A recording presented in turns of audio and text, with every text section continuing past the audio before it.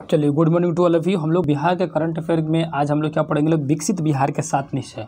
देखिए, विकसित बिहार के 7 निश्चय योजना पढ़ना है। देखिए, नाम है विकसित बिहार, बस नाम में भर है और कुछ नहीं है, बस आपको जान लेना। देखिए, विकसित बिहार का 7 निश्चय जो योजना है, ये मुख्यमंत्री के काफ़ी नज़दीक यानी काफ़ी करीब का योजना है। ये मुख्यमंत्री काफ़ी दिल के करीब का योजना है। वो इस योजना पर खासकर ध्यान देते हैं, ठीक है। और उस योजना में बहुत ज़्यादा काम करने की कोशिश की है, ठीक, कोशिश की, काम हुआ नहीं, पूरा कोशिश किया गया।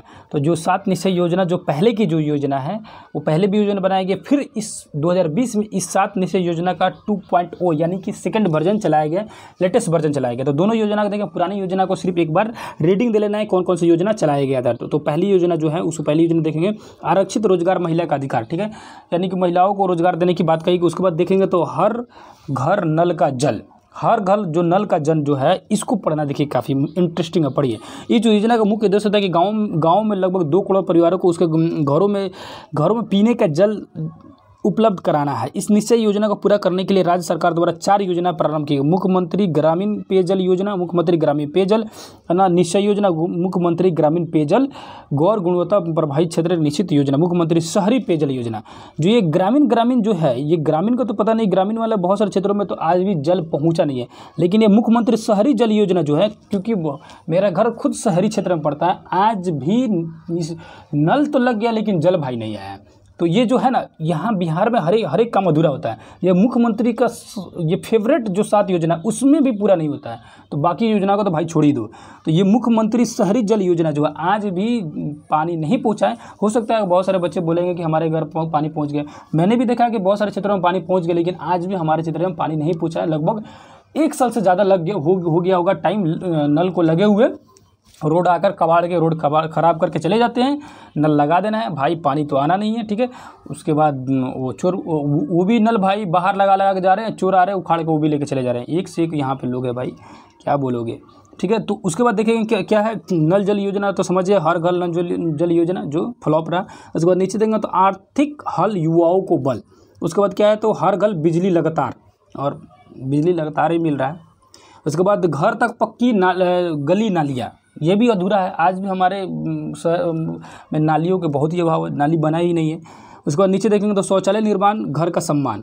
शौचालय मान सकते हैं कि शौचालय 100% बन चुका है। सारे क्षेत्रों में शौचालय जो है, ऑलमोस्ट सभी जगह शौचालय का निर्माण हो चुका है, क्योंकि है ना, आज लोग जो खुले में शौच करना नहीं चाहते हैं, सभी के घर में शौचालय का निर्माण हो गया है। हो सकता है कि 1% या 1% से कम होंगे जो आज भी बाहर शौच करते। हमें नहीं लगता है कि होगा, लग रहा है कि 100% लोग शौचालय बना ही लिए होंगे, है ना। चलिए, उसके आगे क्या है, अवसर बढ़े आगे बढ़े, है ना। अवसर कितना मिलता है बिहार में, सबको पता है। कितने उद्योग धंधे फैक्ट्रियाँ है, यहाँ कितने लोग काम करते हैं बिहार में, बहुत लोग, सबको पता है। ऐसा उद्योग धंधा रहता तो बिहार से पलायन नहीं होता। पलायन के मतलब सबको पता ही है, यहाँ से बड़ी मात्रा में बिहारी जाते हैं बाहर अदर स्टेट में काम करने के लिए। दिल्ली, मुंबई, कोलकाता, बेंगलुरु, हर जगह जाते हैं बिहार के काम करने वाले लोग मजदूर के रूप में। तो यहाँ कुछ है ही नहीं तो क्या करेंगे, बाहर ही जाएंगे ना। तो उसके बाद क्या किया गया, नया चलाया गया योजना जो आत्मनिर्भर बिहार के 7 निश्चय 2 योजना। पुरानी योजना पूरी तरह से पूरा नहीं हुई, उसको बंद कर दिया, क्योंकि फाइल में था, फाइल में टाइम पूरा हुआ, उसको ठप्पा मारो, मुहर मारो, बंद करके रख दो। अब नया योजना चलाओ, है ना। और क्या कहो कि कह दो कि पुरानी योजना जो कंप्लीट हो गई है, बस करना क्या है इसमें। आगे चलिए, नए योजना के बारे में आप भी जान लीजिए, जानना जरूरी है, क्योंकि एग्जाम में आएगा। बाकी काम हो ना हो उससे क्या मतलब है। चलिए, तो पहला जो है युवा शक्ति बिहार की प्रगति, नाम बदल दे गया, थोड़ा सा ज़्यादा अच्छा लगेगा। कमा हो चाहे ना हो, नमो थोड़ा सा बवाल रहना चाहिए ना। देखिए, युवा शक्ति बिहार की प्रगति, कितना बवाल लग रहा है, युवा की शक्ति या बिहार की प्रगति होगी। उसको देखिए, सशक्त महिला, सक्षम महिला। अब महिलाओं के लिए तो मान सकते हैं, काम तो उन्हीं के लिए हो ही रहा है। तो इनके बारे में थोड़ा पढ़ लीजिए। युवा शक्ति बिहार की प्रगति, हर जिले में मेगा स्किल सेंटर लगाया जाएगा, हर प्रखंड में टूल रूम एवं ट्रेनिंग सेंटर का स्थापित किया जाएगा। स्किल एवं उद्यमिता हेतु नया विभाग एवं उद्यमिता विकास हेतु अनुदान किया जाएगा। ITI एवं पॉलिटेक्निक संस्थानों में सेंटर ऑफ एक्सीलेंस की स्थापना किया जाएगा। उसके बाद देखेंगे नीचे आएंगे तो सशक्त महिला, सक्षम महिला में क्षेत्रीय प्रशासन में आरक्षण के अनुरूप भागीदारी की व्यवस्था, स्वयं का उद्योग स्थापित करने हेतु सरकार महिलाओं को अनुदान और ब्याज सहित पूंजी उपलब्ध कराएगी।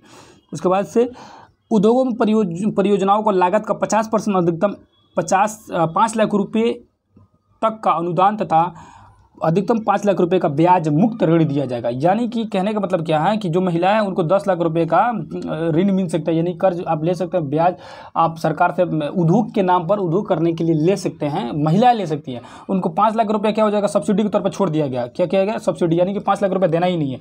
और जो 5 लाख रुपये बच गया वो 5 लाख रुपये क्या करना है, बिना ब्याज को आपको लौटाना है। एक टाइमिंग रहेगा, इस मतलब लगभग 5-6 साल 7 साल का टाइमिंग देगा सरकार, इस टाइम इतना साल में आपको लौटा देना है। अब इससे बड़ी बात क्या होगी भाई, आपको किसी भी तरह का उद्योग करना, उद्योग की लिस्ट बनाइए, उद्योग के आप उसको लेकर पंजीकरण कराइए, यानी रजिस्ट्रेशन कराइए। अगर वो उद्योग आपको सरकार को लगती है कि सही है तो उद्योग विभाग से अगर वो पास हो जाता है तो जितना का उद्योग है, यानी दिया गया कि 10 लाख तक का मिल सकता है। जरूरी नहीं है कि आपको 10 लाख रुपए मिलेगा, ठीक है। जितना का उद्योग है, यानी कि अगर 5 लाख का है, 7 लाख का है, उतना का उद्योग का उतना पैसा आपको सरकार दे देगी। यानी 5 लाख का है तो 5 लाख दे देगी, और उसका 50% 2.5 लाख हुआ ना, तो 2.5 लाख क्या करेगी सरकार, माफ़ कर देगी। यानी 2.5 लाख आपको देना ही नहीं है, और बच गए जो 2.5 लाख हुए हैं तो 2.5 लाख को आपको सीधे 2.5 लाख रुपये चुकाना है। कुछ सालों में 5 से 7 साल में आपको चुकाना है, उसमें किसी भी तरह का ब्याज नहीं लेगा। ये सिर्फ महिलाओं के लिए दिया गया है। तो आप समझिए कि महिलाओं को उद्योग धंधा में आगे बढ़ाने के लिए बहुत बड़ी काम की गई। अगर ये योजना तो बहुत अच्छी योजना भी है, अगर महिलाएं आगे बढ़ चढ़कर इसमें भाग लें, भागीदारी दें अपनी, तो काफ़ी आगे बढ़ सकता है हमारे बिहार, हो सकता है। उसके बाद इसमें एक और दिया गया कि 12 पास अविवाहित महिलाओं को, यानी कि 12th जो पास कर चुकी हैं जो लड़कियां जो हैं उनको 25,000 मिलेगा। जिनकी शादी नहीं हुई है उन्हीं को मिलेगा 25,000। जो 12th पास की है, यानी कि आईए हो, इंटर हो या आईकॉम हो, किसी भी तरह का 12th जो पास की हैं उनको 25,000 रुपये मिलेगा। पहले मिलता था 15,000, इस बार मिलेगा 25,000। तो काफ़ी अच्छी बात है, 25,000 मिलेगा ताकि आगे की पढ़ाई वो कर सके। लेकिन कंडीशन क्या है, आपकी शादी नहीं होनी हो, मतलब शादीशुदा नहीं हो तभी मिलेगा। उसके बाद क्या है, स्नातक पास महिलाओं के लिए 50,000। स्नातक पास यानी कि ग्रेजुएशन बीए, बीएससी, बीकॉम या किसी भी तरह का ग्रेजुएशन डिग्री जो लड़कियां की हुई हैं उनको 50,000 रुपये मिलेगा। उसमें ये नहीं कहा गया कि शादीशुदा हो या शादी नहीं हो, है ना, उसमें कोई कंडीशन नहीं है। यानी कि शादीशुदा और जिसकी शादी नहीं भी हुई है दोनों को मिलेगा, क्या मिलेगा, 50,000 रुपये मिलेगा आगे की पढ़ाई के लिए। बहुत बड़ी राशि हो जाती है 50,000। यानी कि इस साल जो ग्रेजुएशन पास किए या पिछले साल जो ग्रेजुएशन पास किए हुए उनको अब क्या मिलेगा, इस बार प्रोत्साहन राशि में कितना पैसा मिलेगा, 50,000 रुपये मिलेगा। बहुत बड़ी बात है, इससे पहले 25,000 मिलता था। बहुत अच्छी बात है, 50,000 मिलेगा। 50,000 से आप बीएड में एडमिशन ले लीजिएगा। बीएड में एडमिशन लेकर कम से कम 1.5 लाख में से तो 50,000 रुपये तो फी तो आराम से हो जाएगा ना। चलिए अच्छी बात है, आगे चलिए। उसके बाद देखेंगे हर खेत तक सिंचाई के पानी की व्यवस्था कराने का योजना चलाई जा रही है। चौथा योजना क्या है, स्वच्छ गाँव समृद्ध गाँव।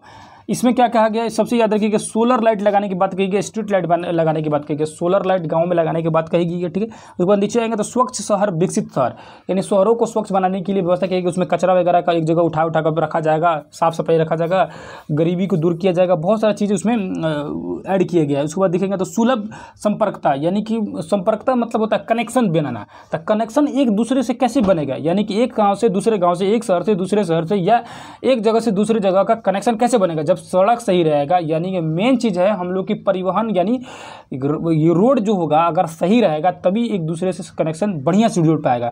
नहीं तो रोडवे खराब रहेगा तो आदमी सोचते रह जाएगा जाए कि नहीं जाए। मेन अगर रोड सही रहता है ना तो आदमी एक दूसरे से गांव से बहुत बढ़िया से कनेक्शन जुड़ा रहता है।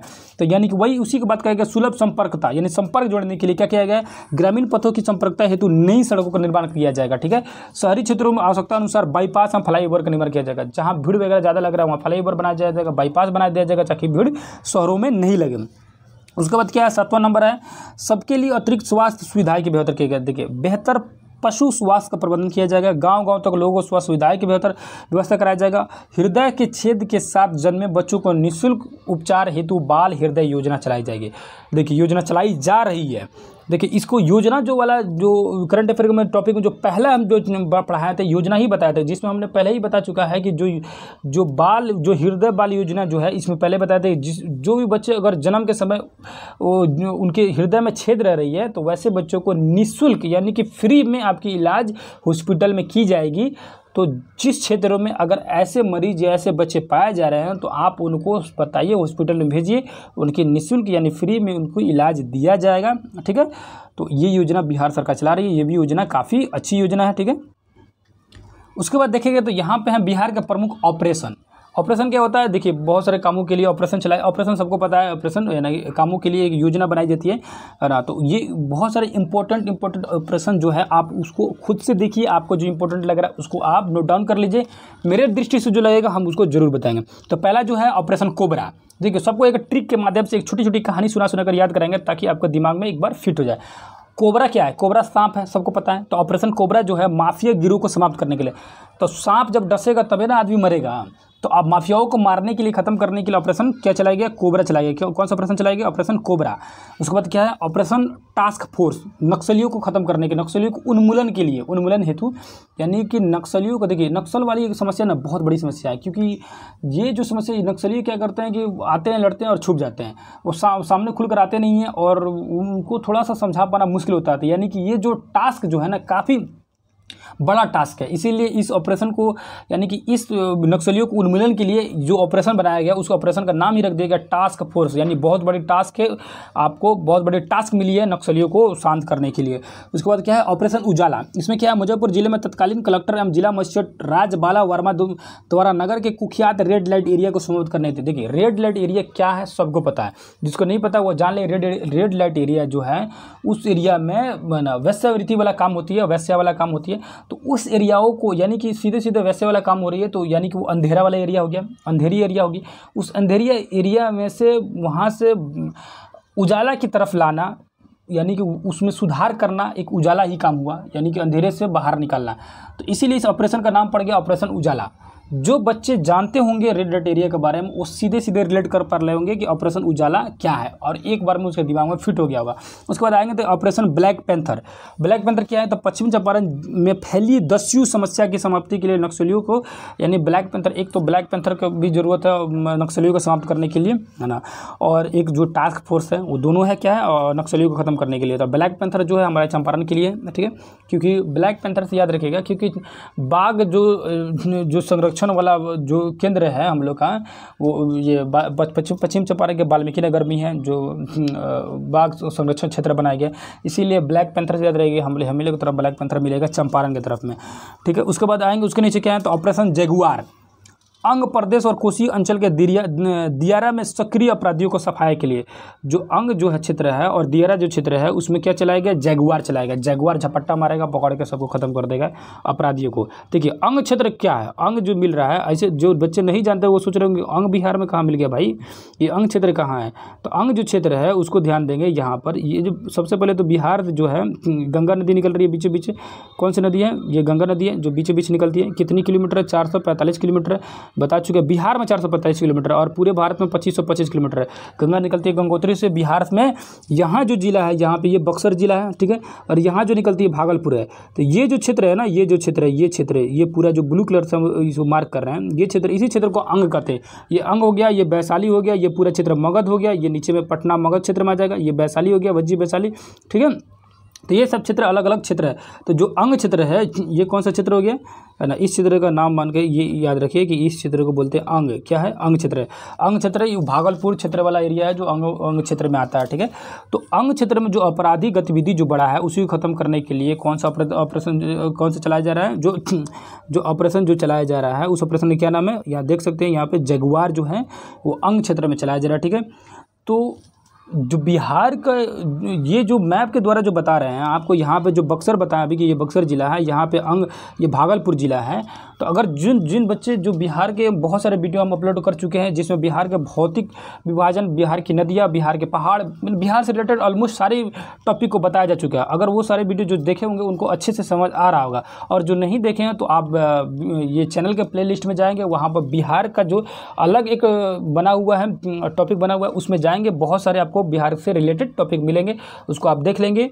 तो हमें लगता है कि अगर वो सारे टॉपिक जो बच्चे देखे होंगे और ये करंट अफेयर का जो टॉपिक देख रहे होंगे, तो ये दोनों, अगर दोनों आप देख लेते हैं तो बिहार से रिलेटेड किसी भी एग्जाम में अगर क्वेश्चन आता है तो हमें नहीं लगता कि आपको क्वेश्चन छूटने की संभावना होती है। अगर आप, क्योंकि जो टॉपिक हम बताए हुए हैं वो शॉर्टकट में, जितने भी शॉर्टकट में टॉपिक बताएगा बेहतरीन तरीका समझाया गया है। अगर आपको नहीं समझ आ रहा है तो कमेंट करके बता सकते हैं, हम तो कोशिश करते हैं कि बेहतरीन तरीका से समझाया जाए आपको। तो आप वहाँ उस वीडियो को पूरा देखिए और इस करंट अफेयर को पूरा देखें, तो आप बिहार से रिलेटेड ऑलमोस्ट हमें लग रहा है कि 95% आपकी तैयारी बिहार की पूरी हो जाएगी। ना 5% मान के चलिए कि एक आध क्वेश्चन इधर उधर से आ सकते हैं तो आपको छूट जाएगा। लेकिन अगर 20 क्वेश्चन आते हैं तो हमें लगता है कि 18 क्वेश्चन से 17 से 18 क्वेश्चन आप जो बिहार के जो टॉपिक पीछे पढ़ा चुके हैं और ये बिहार का जो करंट अफेयर बता रहा है, इन दोनों से मिलाकर आपका 18 से 20 में 18 से 19 क्वेश्चन आप आराम से बना सकते हैं, है ना। ठीक है, तो पूरे वीडियो को आप अच्छे से देखते रहे। और इसमें क्या किया जाएगा ना, आप जो बिहार से जितने भी बिहार से रिलेटेड जो भी एग्जाम आ रहे हैं, जैसे बिहार CGL आ रहा है, BCC CGL, उसकी पूरी तैयारी कराया जाएगा इस चैनल पर। फ्री एजुकेशन दिया जाएगा, इसमें बहुत सारे टीचरों को लाया जाएगा, जो मैथ के अलग टीचर रहेंगे, रीजनिंग वगैरह के लिए अलग व्यवस्था किया जाएगा।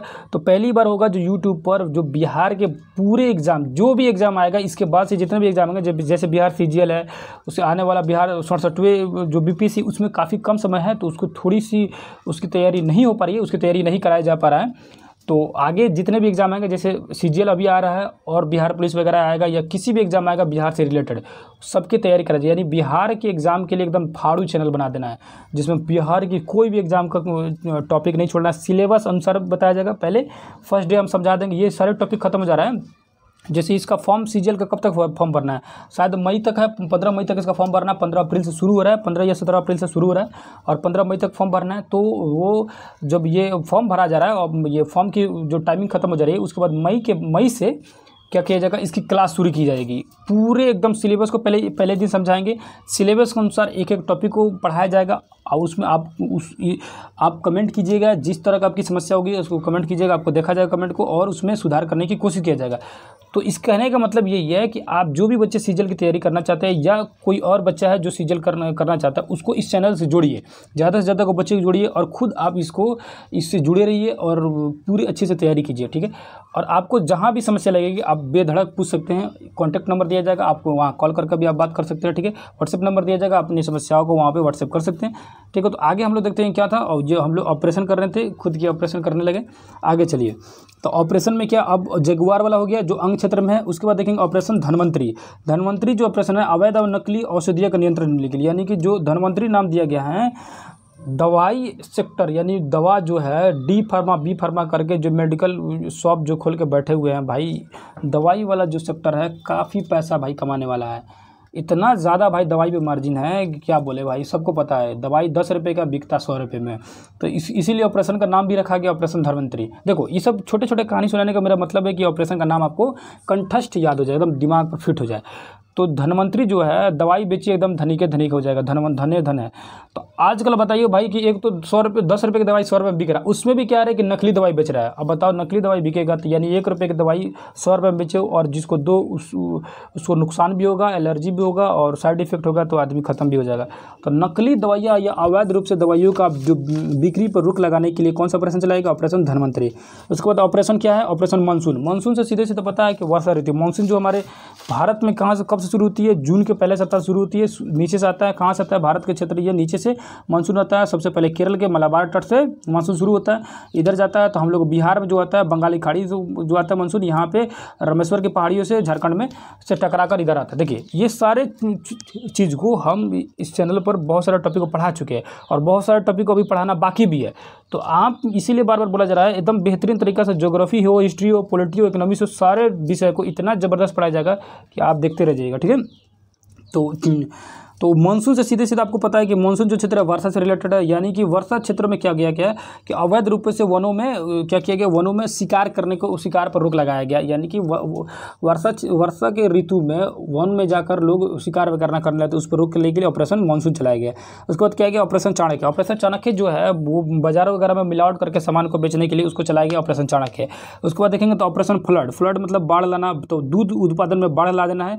इसके तहत ये मोतिहारी जिला में एक ऑपरेशन, ये दूध का बहुत बड़ा सेंटर भी बनाया गया, जिसमें बहुत सारे क्षेत्रों से, जैसे चंपारण, पूर्वी चंपारण, पश्चिमी चंपारण, अन्य जिलों से दूध इकट्ठा कर करके वहाँ पर दिया जाता है। ये योजना चलाई गई, हमारे क्षेत्र में भी चला, लेकिन काफ़ी ये इसका सक्सेसफुल नहीं हुआ। धीरे धीरे उससे लोग हटते गए, वो पूरी तरह से सक्सेसफुल नहीं हो पाया, दूध की उचित मूल्य नहीं मिल पा रहा था, इसीलिए बहुत सारे दूध व्यापारी छोड़ दिए वो सब व्यापार करना। उसके बाद नीचे आएंगे देखेंगे ऑपरेशन टोडरमल। टोडरमल जो है भूमि सुधार वाला जो चलाया गया ऑपरेशन, उसी ऑपरेशन का नाम रखा गया ऑपरेशन टोडरमल। देखिए अगर आप इतिहास जो बच्चे पढ़े होंगे उनको पता होगा कि जो ऑपरेशन जो ये ऑपरेशन बोल रहा है टोडरमल जो है वो इतिहास से रिलेटेड है। यानी कि शेरशाह सूरी में जो ये टोडरमल थे वो भूमि सुधार मंत्री यानी भूमि विभाग के ही मंत्री थे। यानी कि ये जो थे शेरशाह सूरी का शासनकाल जब चलता है कब से कब चलता है 1540 से लेकर 1545 तक शेरशाह सूरी का शासनकाल चल रहा है। वो हुमायूं के चौसा और बिलग्राम के युद्ध में मारकर भगा देते हैं 39 और 40 में। उसके बाद ये शेरशाह सूरी का शासन आता है, सूर्यवंश स्थापित हो जाता है। ये सारे इतिहास के टॉपिक है। उसमें क्या होता है कि आपको ये उसी समय जो उसके शेरशाह सूरी के शासनकाल में जो भूमि विभाग के जो मंत्री था उसका नाम था टोडरमल। जब शेरशाह सूरी का शासनकाल खत्म होता है उसके बाद फिर से शासनकाल आता है हुमायूं के बाद अकबर का। तो अकबर के शासनकाल में ये टोडरमल जो है फिर से भूमि सुधार विभाग के मंत्री यानी भूमि विभाग के मंत्री बनते हैं। तो अगर टोडरमल के नाम से रिलेटेड आपको इतिहास अगर जिसको बच्चे को पता होगा वो सीधे सीधे एग्जाम में अगर इससे ऑपरेशन से पूछ सकता है कि भूमि सुधार या भूमि सुधार के कार्यक्रमों को तीव्र गति से बढ़ाने और भूमि सुधार के कार्यक्रम चलाने के लिए कौन सा ऑपरेशन चलाया गया। तो जहां आपको दिखा भूमि सुधार कार्यक्रम वो सीधे सीधे है। आप जो बच्चे टोडरमल के बारे में जानते हो वो सीधे लगा देंगे टोडरमल ऑप्शन में। ठीक है, चलिए आगे क्या ऑपरेशन रोजगार। सारण जिले में बेरोजगारी की समस्या को समाधान के लिए ऑपरेशन रोजगार चलेगा। ये तो ऑपरेशन रोजगार जो है सारण जिले के तो बातें छोड़िए, सारण छपरा जिला का तो बातें छोड़िए, पूरे भारत में चलाना चाहिए क्योंकि पूरे भारत में बेरोजगारी का स्तर इतना ज़्यादा बढ़ गया भाई उसे पूछना ही नहीं है। ठीक है, आत्मनिर्भर बनो, खुद से करो, सरकार कुछ करने वाली नहीं है। इसीलिए सरकार बार बार चला रही है आत्मनिर्भर भारत, आत्मनिर्भर लोग, हम सूतेंगे आप खुद करते रहिए, कोई मतलब नहीं है। चलिए उसके बाद नीचे ये तो ऑपरेशन कॉम्बिंग में क्या है तो दमरिया में हुए भीषण नरसंहार को आरोपियों को पकड़ने के लिए क्या चलेगा कॉम्बिंग मतलब उसको पकड़ के कब्जा कर लेना है।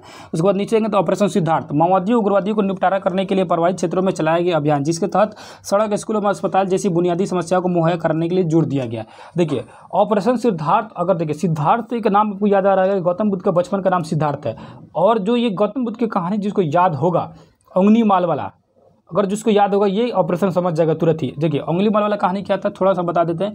गौतम बुद्ध जो गौतम बुद्ध को ज्ञान की प्राप्ति हुई तो वो जब जंगल में घूम रहे थे अंगुली माल नामक एक डाकू था। क्या करता था लोगों को मारकर उसकी उंगलियां काटकर माला में जड़ के माला में पहन लेता था। ठीक है, इसीलिए उसका नाम अंगुली माल था। ठीक है, तो अंगुली माल को क्या किया, बहुत बड़ा डाकू था, उसको गौतम बुद्ध अपनी ज्ञान से शिक्षा देकर उसको सुधार दिए, उसको सुधार के सही रास्ता पर ला दिए। ठीक है, तो वो इतने बड़े डाकू को सुधार का सही रास्ता पर ला दिया। इसी के तहत सरकार भी क्या चाहती है कि जो नक्सली क्षेत्र में जो लोग भटक गए हैं उनको सही रास्ते में लाए, उन्हें मुख्य धारा से जोड़ा जाए, यानी कि उनको अपने क्षेत्र से जोड़ा जाए, उनको सुधारा जाए। इसके तहत सुधारने के लिए क्या किया जाएगा, उस क्षेत्र में सड़क बनाया जाएगा, हॉस्पिटल की व्यवस्था कराया जाएगा, अच्छी सुविधाएं दी जाएगी ताकि लोगों में अवेयरनेस आए, लोगों में सुधार आए। ठीक है, तो इसी के चलते क्या चलाएंगे ऑपरेशन सिद्धार्थ चलाया जा रहा है। ठीक है, उसके बाद आएंगे तो ऑपरेशन दशक। इसका उद्देश्य है कि आर्थिक और सामाजिक रूप से दुर्बल वर्ग का दशा सुधारने उसकी सामाजिक न्याय करने के लिए चलाया गया ऑपरेशन दशक। उसके बाद आएंगे तो ऑपरेशन चारा, सीबीआई द्वारा जांच घोटाले में। देखिए ऑपरेशन चारा सबको पता है, चारा घोटाले वाले से रिलेटेड है। चारा घोटाले में हमारे जो राजद के जो नेता हैं लालू प्रसाद यादव जी, उनको बार बार जेल में डाला जा रहा है। एक क्राइम के लिए बार बार जेल में डाला, हो सकता है कि उनको जेल में ही जीवन भर रख लेगा लोग। ठीक है, तो उसके बाद देखेंगे तो ऑपरेशन मुदलगल जो है वनों में पत्थरों की तस्करी करने वाले तस्कर माफियाओं के विरुद्ध यह अभियान चलाया गया। ऑपरेशन की शुरुआत मुंगेर जिले के वन विभाग 15 फरवरी 2002 से शुरू की गई थी। देखिए वन से क्या है तो पत्थर चुरा के लेके जा रहा है, ये तो छोटी बात हो गई। हाल फिलहाल की न्यूज़ अगर आपने सुना होगा तो देखा होगा कि एक जो पुल था, लोहे का पुल था, पूरे पुले को गायब कर दिया लोग। इतना तो बिहार में बड़ा बड़ा कांड होता है भाई, पुले गायब हो जाता है बिहार से। वो क्या लोग के सामने ही गायब हो गया भाई। वो बहुत सारे लोग वहाँ पर खड़े भी थे, लोगों ने पूछा तो वो आए बोले कि हम लोग विभाग की तरफ से भेजा गया है, सरकारी विभाग की तरफ से भेजा गया है और ये पुल जो काफ़ी पुराना हो गया इसीलिए इसको ले जा रहे हैं लोग, नया पुल इस पे बनेगा। और लोग के सामने, लोग के नाक के नीचे से भाई पुल गायब हो गया, सब लोग देखते रह गए। ऐसा ऐसा कांड तो हमारे बिहार में होता है। ये तो पत्थर जंगल से चुरा लेना, लकड़ी चुरा लेना, ये कौन सा बड़ा बात हो गया भाई ना। पुले गायब हो जा रहा, खड़े खड़े आदमी गायब हो जा रहा था, ये सब क्या चीज़ है। चलिए तो आज हम लोग क्या पढ़े, बिहार के ये 7 निश्चय के बारे में पढ़े। ये 7 निश्चय हैं, 7 हो या 17 निश्चय हो, निश्चय ही है, निश्चय ही रहता है, होता नहीं है। ठीक है, चलिए तो 7 निश्चय के बारे में आज हम लोग पढ़ा। और दूसरे किसी क्लास में आएंगे दूसरे किसी टॉपिक के साथ, ये काफ़ी लंबा हो गया। ठीक है, तो दूसरे किसी टॉपिक के साथ फिर से मिलेंगे। इसको आप देखते रहें, जहाँ समझ लें आप कमेंट करें, पूछें, अपनी राय दें। चलिए तो धन्यवाद, नमस्कार, अस्सलाम वालेकुम, जय हिंद, जय भारत। चलिए।